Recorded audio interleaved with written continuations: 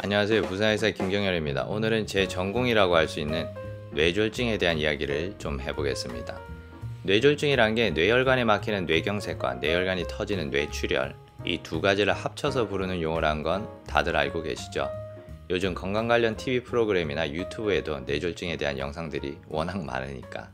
그런데 오늘 제 영상에서 뇌졸중이 발생하면 사람이 실제로 어떻게 변하는가에 대해서 좀 디테일하게 이야기해 보려고 합니다. 뇌졸중 환자분들을 직접 지켜보지 못하신 분들은 뇌졸중은 대충 반신이 마비되는 질병, 이렇게 피상적으로 알고 계시거든요. 그래서 거기에 대한 두려움도 상당히 피상적이죠.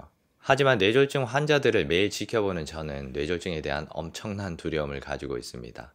제가 가지고 있는 이 두려움을 여러분들에게 전염시켜서 평소 건강관리를 잘 하시도록 만드는 게 이번 영상의 목적입니다. 뇌졸중이 발생하면 환자들은 보통 반신, 그러니까 한쪽 팔, 다리에 힘이 빠지고 어지러움을 느끼게 됩니다.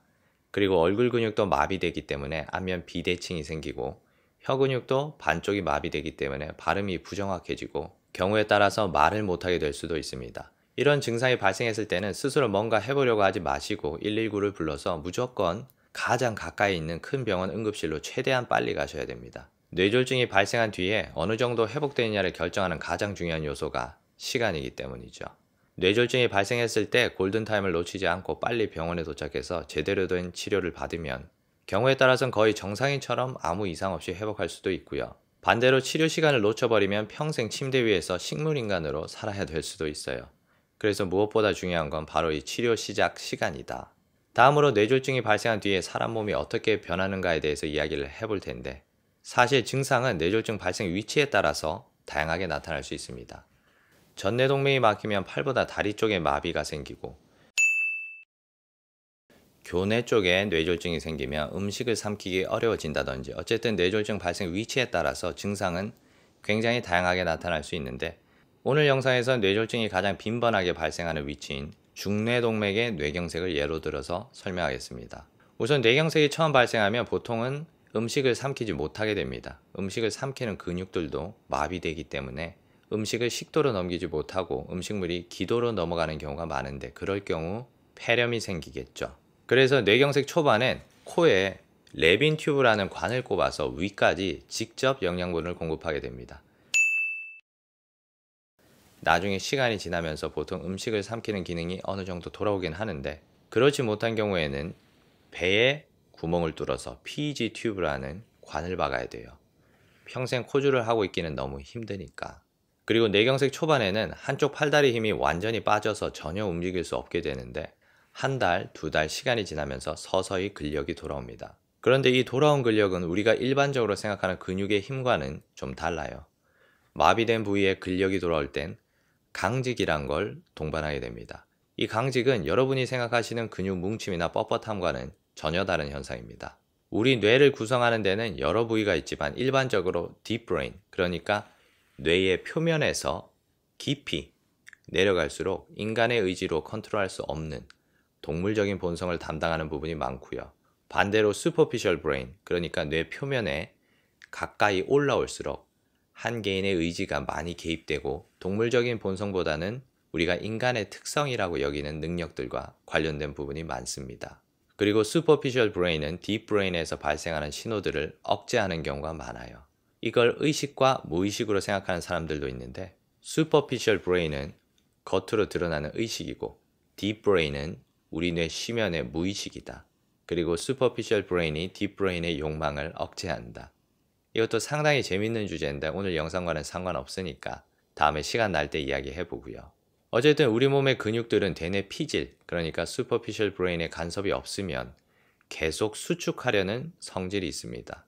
대뇌 피질에서 이걸 억제해서 평소에 근육이 이완될 수 있도록 해주는데, 뇌경색 환자들은 대뇌 피질에서 이걸 억제하지 못하기 때문에 본인의 의지와 상관없이 근육이 지속적으로 수축하고, 의사들은 이걸 강직이라고 부릅니다.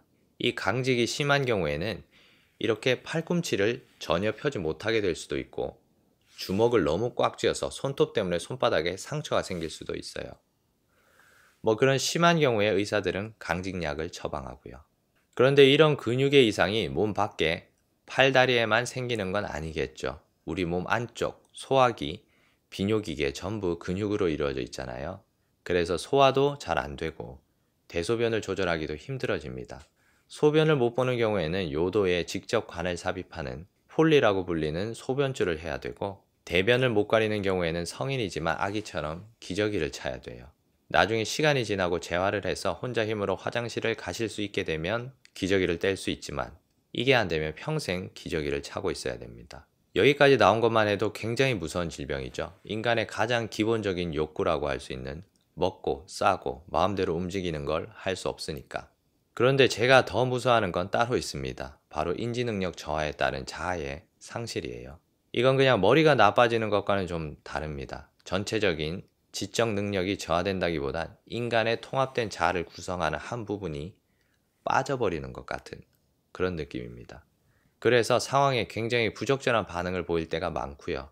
때로는 감정을 못 느끼게 될 수도 있고, 경우에 따라서 성격이 완전히 변할 수도 있습니다. 그냥 다른 사람이 되는 거죠. 그리고 좌뇌와 우뇌에 따라서 약간 특징적으로 나타나는 증상들도 있는데, 우뇌에 뇌경색이 생길 경우 왼쪽 세계를 전혀 인지하지 못하는 편충무시가 생길 가능성이 높고, 좌뇌에 뇌경색이 오면 말을 못하게 될 가능성이 높습니다. 어쨌든 이렇게 다양한 형태로 인지능력의 한 부분이 빠져버리는데, 사실 이것도 재활이 잘 됐을 경우에나 의사들이 알아차릴 수 있는 거지, 심한 경우는 그냥 식물인간이나 뇌사 상태에 빠져버리기 때문에 이런 분들을 매일 보고 있는 제 입장에서는 뇌졸중이 너무 무섭죠. 물론 재활이 잘 돼서 거의 일반인처럼 생활하시는 분들도 많이 있어요. 혼자 식사하고 화장실 가고 걸을 수 있으면 일단 재활에 성공한 거라고 볼 수 있죠. 그런데 그렇지 못한 경우도 상당히 많습니다. 어떠한 형태로든지 평생 다른 사람의 도움이 필요하겠죠. 자, 그럼 이제 뇌졸중이 어떤 질병이고 뇌졸중이 생긴 다음에 사람이 어떻게 되는지 대충 감을 잡으셨겠죠. 나는 전혀 뇌졸중에 걸릴 위험이 없다고 생각하실 수도 있겠지만, 2018년 자료 기준으로 우리나라에서만 1년에 뇌졸중 환자가 11만 명 넘게 새로 생기고 있습니다. 1년에 11만 명. 엄청난 숫자죠. 거의 한 달에 한 10,000명꼴로 뇌졸중 환자가 새로 생기고 있어요. 내가 살아있는 동안 뇌졸중에 걸릴 확률이 결코 작지가 않습니다. 특히 고혈압이나 당뇨가 있으면 그 확률이 많이 높아지죠. 다행히 평소 꾸준히 건강관리를 하시면 뇌졸중 발생 위험을 크게 줄일 수 있는데, 거기에 대해서는 제가 예전에 만들어 놓은 이 영상을 꼭 확인해 보세요. 그럼 오늘 내용은 여기까지 하겠습니다. 오늘 내용이 도움이 되셨다면 좋아요와 구독 그리고 알람 설정까지 부탁드리고요. 모두 건강관리 잘 하셔서 뇌졸중 예방을 잘 하셨으면 좋겠습니다. 그럼 저는 다음 시간에 더 도움되는 내용으로 돌아오겠습니다. 감사합니다.